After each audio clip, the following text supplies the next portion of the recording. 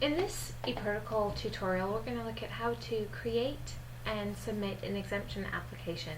So we've already signed in and we've changed our password. We've already seen how you can add study team personnel. And to create really any protocol, regardless of whether it's exempt or not, you're just going to go to this Create Protocol button, which is going to provide this initial page where you can add in the study title and then pick your form. So we're going to pick the exempt application, and the same basic layout is going to show as in the expedited form. And so we're just going to click on the create buttons, which are either at the top or at the bottom, and you'll see that right here in the left hand side it says that protocol 1281 has been created. So just like with the expedited application, you have to fill in a couple of extra pieces for you as the PI. You have to put in your city training, and then you have to add any investigators or study team personnel here. And then once you're done with that, you're just going to click next, and that's going to take you to some checklists before you get into the actual application. The main checklists are the subject and the general checklists, which you can access both from this side navigation bar here on the left. Now the checklists are important because if you don't check the appropriate boxes, the certain portions of the form will not be able to be edited. For example, if you want to enroll children under the age of 18, unless you check this box, you will not be able to access the assent form page, which allows you to kind of indicate how you're going to assent or enroll minors. And the same goes for the general checklist as well. You'll see when we get there that there are a couple of questions that are important to answer and check off if they apply to your study. So for our study, we're just going to indicate that healthy individuals are our subjects. And then we're just going to kind of whiz through these next couple questions so we can get to the general checklist. And we're going to indicate here that PHI will be viewed, created, accessed, used, or disclosed. And basically, unless we check this, this portion of the form will become inactive. So actually, I'm going to uncheck that so you can see kind of what the form looks like if you don't check it. So if you do check that box, then the HIPAA portions of the form become active, and you can actually enter text into them. You can check the applicable boxes, etc. But as it stands now, you'll see when we get there that the page will be uneditable.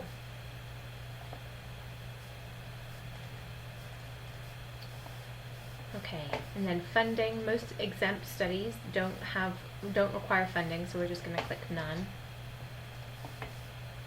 And then this is really the first page of the exemption application. It's really just picking the exempt category that your study falls into. So we're going to go through and pick exempt category number 2. And then from here on out, I'm just going to complete the exemption application. And when I'm done, I'll start recording again to show you some of the important things to know about the system. So this is actually the page that I was just referring to from the general checklist. This is the HIPAA portion of the application.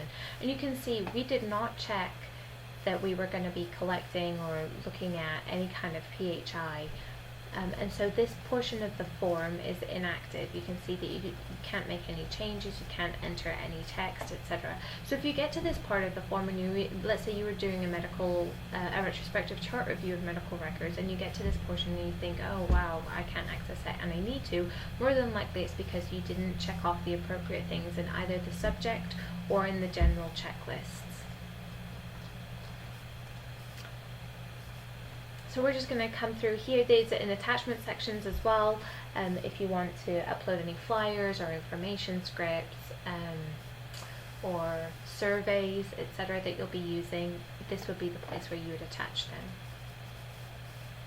Now finally, this is one of the most important sections. This is the PI obligations, and really it's only the PI who has to check this off, but this has to be checked off before you can submit it to the IRB. And this just certifies that as the PI that you agree to take responsibility of the study. So we're going to check that, we're going to save, And then the button you'll see on the left hand side underneath the obligations section that's highlighted. This check for completeness button allows you to see if there are any sections of the protocol that you've left incomplete. So you can see for us here we've left 2 sections incomplete. So if you click on this link, it will take you to that exact portion of the study application. So it was question 2 for us. Oh, 2B right here we left blank. So we're just going to make those revisions. And then we're also going to check, there was one other area we forgot to fill in, the risk section, question 4. Okay. So we're going to save that, and then we check for completeness one more time. And it says that the IRB application form is now complete. It should be noted that the system won't allow you to submit an incomplete application. So even if you do try to submit the form without checking for completeness beforehand, it will still tell you, you need to fill out the following sections because you've missed questions or they've been filled out incompletely. So now that we've checked for completeness and it says that the application is ready to go, we're going to click on this Submit Form button. Before we do that though, I just want to show you what the print view function does in the application. So if you click on print view, it's going to bring up a pop-up screen that basically asks you how you'd like to view the protocol. And you can print this as well. So we're just going to ask for the protocol only, and you can actually choose which sections of the protocol you want to view. And you just click OK, and it's going to pop up as a PDF. You'll see. And this actually looks somewhat similar to our current applications.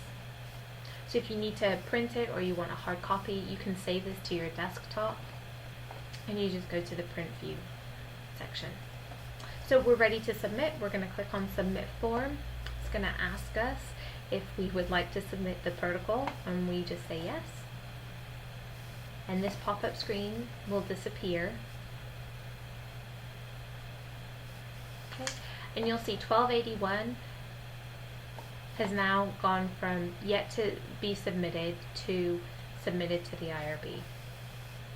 And then once it's approved, it will move from this section, Protocols in Preparation / Submitted, all the way down here to the Approved Protocol section. Okay, and that's how you submit and create an exemption application.